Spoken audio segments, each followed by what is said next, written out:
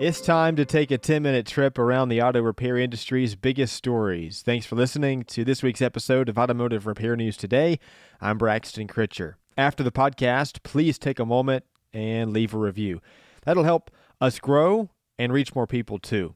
Now on to this week's news. Honda and Nissan are reportedly in talks to merge. The two Japanese automakers plan to create a new holding company to consolidate their operations and better compete with Toyota, Tesla, and other Chinese EV makers. Mitsubishi may also join the discussions. The companies confirmed to the New York Times that they're exploring collaborations but haven't finalized details yet. This follows their March agreement to collaborate on EV technology. Honda also confirmed they plan to continue with hybrid production, hoping to double sales by 2030. A bipartisan group of U.S. senators is calling on top automakers to drop their opposition to right-to-repair legislation. In a letter, Senator Elizabeth Warren, Jeff Merkley, and Josh Hawley accused car makers of prioritizing profits over consumer choice by trying to monopolize their repair services. Automakers often cite cybersecurity concerns, but the senators highlighted industry practices like sharing customer driving data with insurers without clear consent. They also referenced an FTC study showing that independent repair shops are no more likely to mishandle vehicle data than dealerships. For more, touch the link in the show notes. We've been covering this story for months, and it's time for an update on Pavel Turlak. Last week, he pleaded guilty to Clean Air Act violations and COVID-19 relief fraud. Turlak and his companies admitted to using illegal software to disable emission controls on diesel trucks and fraudulently obtaining over $300,000 in pandemic relief funds.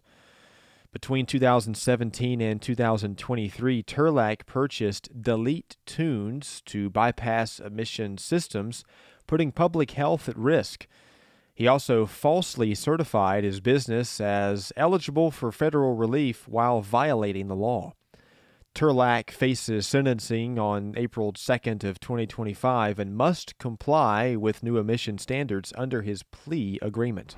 Buy now, pay later options are booming in the auto repair industry. TechMetric, a repair shop software provider, reports that 5% of its transactions now use buy now, pay later platforms like Klarna and Affirm. Customers using these services spend 3 times more than average, boosting shop sales.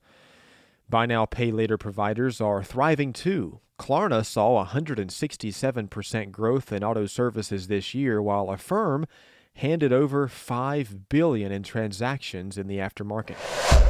Odometer fraud is on the rise, with over 2.14 million cars on U.S. roads potentially having had their mileage tampered with this year. That's according to Carfax. That's an 18% increase from just 2021. Fraudsters can roll back odometers in seconds, costing unexpected buyers an average of $4,000 in lost revenue, plus unexpected repairs. Virginia, Arizona, and Florida saw the biggest spikes in cases, with Virginia up nearly 12%. Carfax warns buyers to stay vigilant and check vehicle history reports. A new report from TechForce Foundation reveals steady progress in the transportation technician workforce, but highlights ongoing challenges. The 2024 Transportation Technician Supply and Demand Report shows a 2.8% growth in technician employment across automotive, collision, diesel, and aviation sectors, outpacing the overall U.S. labor force growth. TechForce has awarded over $24 million in scholarships to boost technician training. California is moving closer to zero-emission transportation. The U.S. EPA has approved 2 state regulations aimed at cutting vehicle emissions. The Advanced Clean Cars 2 rule targets 100% zero-emission vehicles sales by 2035, while the heavy-duty omnibus rule enforces stricter standards for trucks, slashing nitrogen oxide emissions by 90%.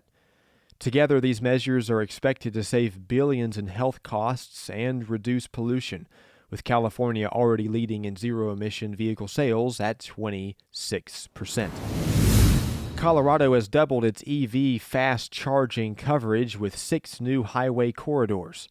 ChargePoint and the Colorado Energy Office added 33 DC fast charging sites covering 80% of major routes. Backed by $10 million in state funding, the project supports Colorado's top-ranked EV adoption rate and ensures drivers are within 30 miles of a fast charger. Registration is open now for AutoCare Connect 2025, happening May 12th through 15th in Phoenix, Arizona. The event features networking, a trade show, and a keynote speaker, Kyle Scheel. With high satisfaction rates and a strong return attendance, it's a must-attend for auto industry leaders. That's going to do it for this episode of Automotive Repair News Today. Thank you so much for listening. And if you have news stories that should be covered or someone that I should interview, please let me know. I'd love to hear about it via email at braxton@automotiverepairnews.com. That's braxton@automotiverepairnews.com. Thanks for listening. Hey, if you're still here, thank you so much for listening to this episode of Automotive Repair News Today. If you enjoyed the show, please take a moment, like, share, subscribe to the podcast. It'll help us out a big deal and help grow the show. And you know what? While you're at it, slap on a review too if you feel like this content is helpful for the industry. Don't forget to follow us on all your favorite social media platforms. We're on Facebook, TikTok, YouTube, Twitter, Instagram, LinkedIn. Stay connected and be the first to know about new episodes, behind-the-scene content, and more. And until next time, let's make the industry better together.